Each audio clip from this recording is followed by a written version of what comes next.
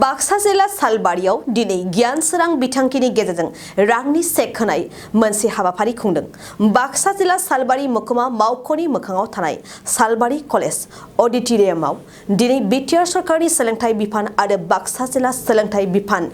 IQAC नि बानजायनायाव दिनै बे हाबाफारिखौ लानाय जादों। सालबारि फरायसालिमानि गोरायुं डक्टर जगत चन्द्र बसुमतारीनि मासि सामलायनायाव गाहाय आलासि महरै TCLCC नि मासिगिरि बिनोद मोसाहारिया बाहागो लायो। सालबारि महकुमानि ST डेभेलपमेन्ट बर्डनि मासिगिरि बिउटि बसुमतारी आरो सालबारि फरायसालिमानि लेङाइ गोरायुं डक्टर दुलेन बसुमतारीजों गोबां बिबानगिरि आरो मेलेमजिबिफोरा बाहागो लादों। जोबोद गोजोननाय मोनदों दिनैहाय दिनै गियान सोरां बिथांखिनि जोहै सालबारि आरो मथनगुरि सालबारि साब डिभिजननि नैबे सालबारि फरायसालिमानि नब्लाङावहाय दिनै गासै 400 जन फरायसाफोरनो चेक राननाय जे हाबाफारि बे हाबाफारिखौ मावफुंबाय आरो बेवहाय आङो थानो मोननानै आलासि महरै बाहागो लानो मोननानै जोबोद गोजोननाय मोनदों। गासै 400 जन फरायसानो होनाय जादों आरो साफायावहाय 5,000 होनाय जादों आरो बे जोंनि माने प्रमद बर' बिथां दैदेननाय जोंनि बिटिआर सरकारनि बे मोनसे फ्लेक्सि प्रग्राम फ्लेक्सि स्किम बियो आरो बेबायदि जों बयबो मिथिगौ बेबायदि फरायसाफोरनो आरो सेरिमनियेल बेबायदि डिस्ट्रिबिउसन राननाय चेक राननाय बे हाबाफारिखौ आं नुफेराखैमोन आरो बेवहाय बे खोब माने मोनसे एट्रेक्शन प्रग्राम होननानै आं सानदों आरो फरायसा बिथांमोनखौ जोङो बेबायदि होनो मोननानै आरो खोब गोजोननाय मोनदों आरो आसा खालामो बिथांमोननि इयुना जाहाथे गोजों जाथों आरो राङा 5,000 आरो बे 5,000 राङा खम रांबो नङा आरो इयुनावहाय जिहेतु बिथांमोननो जिखिनि आर्थिक रांखान्थियारि साहायज नांगौ दा बेबायदि जिहेतु होलांबाय थागोन आरो बेनि अनगायैबो बिथांमोनखौ जोङो खावलायदों जे बड'फा सुपार 50 बावहाय जोंनि जाखांबोनाय जोंनि बे ओनसोलनि फरायसाफोरा जाहाथे बाहागो लानानै गाव गावनि थांखिखौ सौहैनाय गोजौ मोनसे थांखि बे थांखियाव सौहैनानै जोंनि बिटिआरनि साफा जाहाथे सुबुं सम्पद जायो बेखौनो जोङो दिनै बे चेक डिस्ट्रिबिउसन सेरेमनि बे मेलनि गेजेरजों जोङो बिथांमोननिसिम खावलायदों। बावहाय बाक्सा जिल्ला एडुकेशन डिपार्टमेन्ट IS बेनि जोहै सालबारि साब डिभिजननि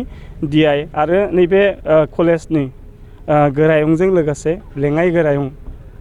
आरो बे कलेजनि एसिस्टेन्ट प्रफेसार बिथांमोन ओनसोलनि गोरों गोरा बिथांमोन फरायसाफोरनि गार्जेन बिथांमोन बयबो बेवहाय बाहागो लादों। दा बिथांमोननि बाहागो लानानै बिथांमोना जिखिनि माने उत्साह उद्दीपना जिखिनि बिथांमोना उपदेश होदों दा बेखौ नुनानै आं खोब गोजोननाय मोनदों। আজি जितु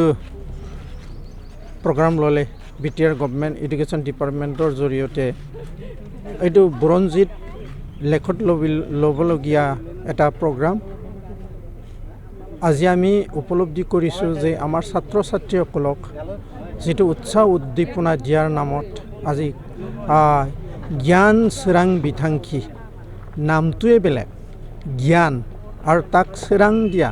পোহৰ দিয়া আৰু বিথাংখি যেটো एम আছে एमखिनि साक्सेस কৰাৰ যেটো নামাকৰণ দিছে সেই নামাকৰণটোৱে অন্য ধৰণৰ মিনিংটোৱে অলপ বেলেগ বুজায় যে আমাৰ ছাত্ৰ ছাত্ৰীবিলাক উঠি অহা যিখিনি ছাত্ৰ ছাত্ৰী আছে এই ছাত্ৰ ছাত্ৰীক মানুহ গঢ়াৰ বাবে এই শব্দ তিনিটাক যদি বুজি পায় তেতিয়াহ'লে তেওঁলোকে নিশ্চয় আজিৰ পৰা প্ৰতিজ্ঞাবদ্ধ যে মানুহ হ'ব লাগিব मानसि जानांगोन जों मानसि जानांगोन प्रमद बर'नि सरकारा जितु दिनै गियान सोरां बिथांखि होबाय बेजोंनो जों मानसि जानो हागोन बेफोरबायदि मोनसे बिथांखि थांखि लानानै आवगायनो हानायनि मोनसे सुबुरन होबाय एने आगे पिछे स्कलारशिप দিয়ে আমাৰ স্কুল কলেজত প্ৰায় স্কলাৰशिপ পায় স্কলাৰशिপটো আমি এনে সিগনেচাৰ কৰি দিলে হৈ যায় কিন্তু এতিয়া এইটো স্কলাৰशिপৰ বাহিৰেও নেশ্যনেল স্কলাৰशिপৰ বাহিৰেও বিটিআৰ গভৰ্নমেণ্টে যেটো BPL আৰু মেধা ছাত্ৰ ছাত্ৰীসকলক যেটো স্কলাৰशिপ দিলে এইটো আমাৰ লেখত ল'বলগীয়া আৰু আমাৰ বুৰঞ্জীত এটা